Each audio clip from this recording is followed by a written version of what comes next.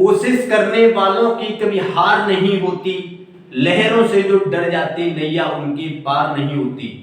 जय हिंद फ्रेंड्स, मैं सुनील यादव आपके अपने YouTube channel M with Sunil पर आपका बहुत बहुत हार्दिक स्वागत अभिनंदन करता हूं। दोस्तों, आज मैथ का बहुत ही शानदार टॉपिक लेके आए हैं। आवृत्ति या रिकरिंग जो बार वाले क्वेश्चन आते हैं, ऐसे सवाल आपको कराएंगे। आवृत्ति वाले क्वेश्चन जैसे रिकरिंग बोलते हैं, REC, जिसमें बार लगा होता है। जैसे कि दोस्तों आपके सामने ये कोई सवाल दिया गया है 2/3।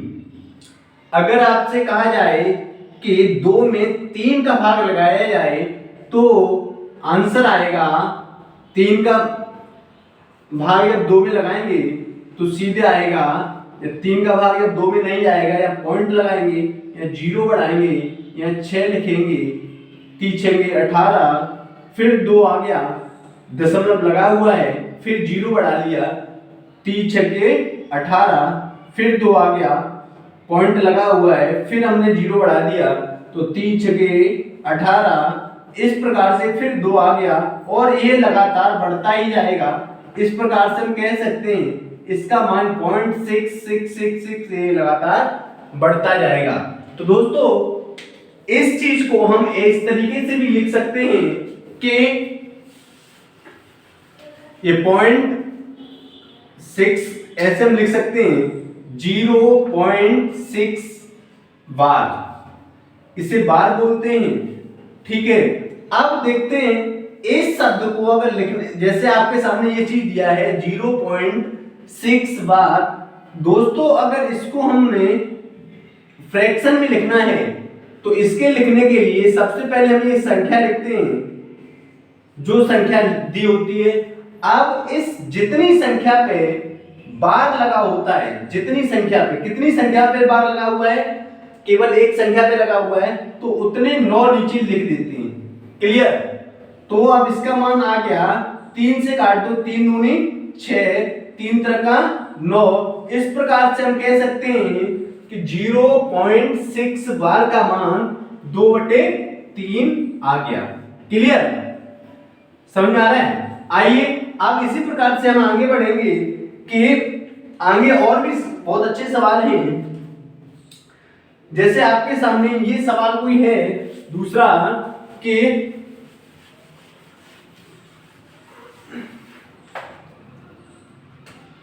0.35 पे 5 बार है, इसका का मान बताओ।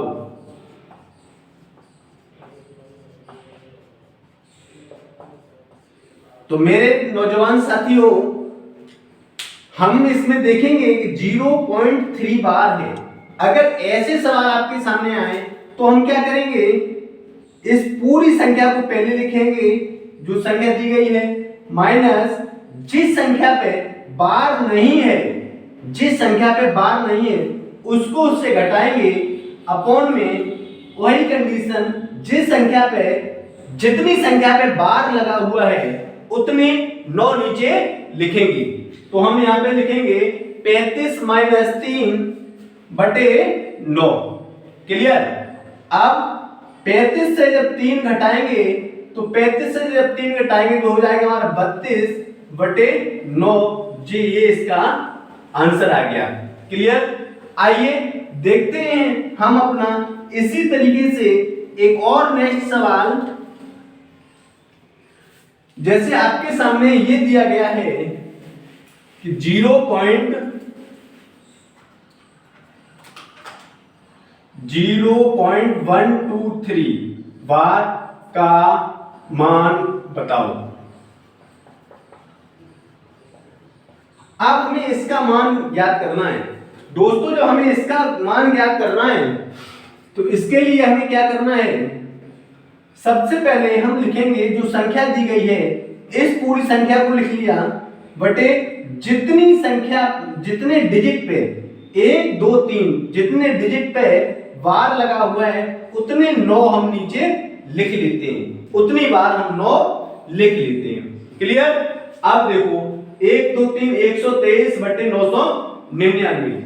अगर हम इसको काटें तो हमें 3 से काटेंगे, 3 चौके 12 और 3 एक 3, 3 से काटे 3 त्रिक 9, 3 त्रिक 9, 3 त्रिक 9, तो हमारा आ गया 41/331। ये इसका आंसर है।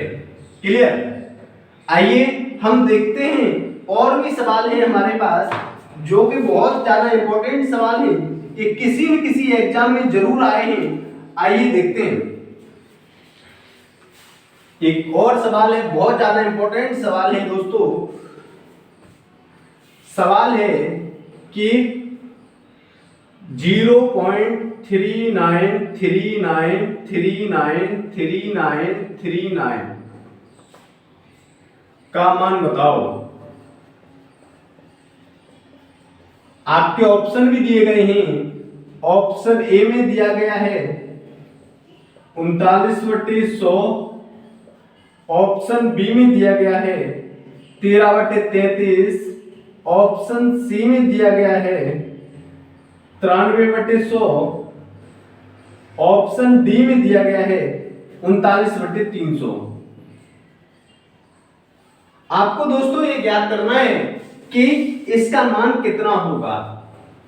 तो सबसे पहले हमें ये देखना है कि इस चीज को 0.3, देखो यहाँ 39, फिर 39, 39, 39, 39, 39 की पुनरावृत्ति होती है। या हम कह सकते हैं 39, 39 बार बार आ रहा है, तो हम इसे ऐसे भी लिख सकते हैं कि 0.39 पे बार। क्लियर?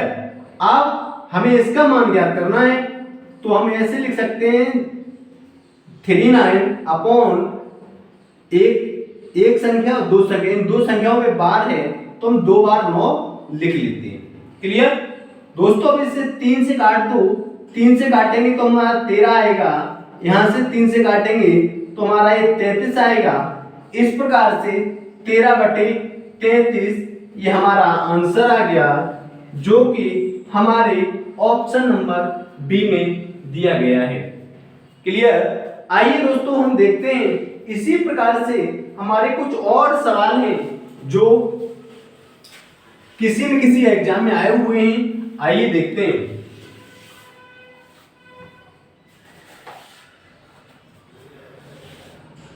1/11 का मान बताओ। 1/11 का मान बताओ। आपके ऑप्शन ये हैं, ऑप्शन है 0.009, ऑप्शन बी है 0.09 बार, ऑप्शन सी है 0.09 बार, ऑप्शन डी है 0.009। इसको हमें ज्ञात करना है दोस्तों। 1/11 का मान हमें ज्ञात करना है, तो इसके लिए सबसे पहले हमें क्या करना है, 11 का भाग हमें 1 में लगाना है। तो 11 का भाग जब 1 में नहीं आएगा तो सबसे पहले हम यहाँ दशमलव लगाएंगे, यहाँ 0 बढ़ा लेंगे। ठीक है? फिर भी 11 का भाग 10 में नहीं आएगा तो 1 0 हमने यहाँ बढ़ा ली, 1 0 हमने यहाँ बढ़ा ली। 11 का भाग 100 में लगाया, 9 बार गया, 11 में 99 बचा 1। ठीक है? फिर पॉइंट लगा, 1 0 बढ़ा ली, फिर भी नहीं आ रहा है तो फिर हमने 1 0 बढ़ा लिया, फिर यहाँ पे 100 ऊपर लिया, 11 में 99 9 बार गया, फिर 1 बच गया, फिर 1 0 बढ़ा ली, फिर भी नहीं आ रहा तो फिर 1 0 बढ़ा ली, फिर यहाँ पे 100 हो गया, 11 का भाग 100 में दिया, 9 बार गया, हमारा आ गया 99। फिर कंडीशन इसी तरीके से चलता रहेगा तो हमारा 1/11 का मान आएगा 0.09090909 इंफिनिटी तक आएगा। तो इस प्रकार से हम कह सकते हैं 0.09 बार, जो कि ऑप्शन नंबर बी में दिया गया है। तो दोस्तों आई होप आपको ये समझ में आया होगा।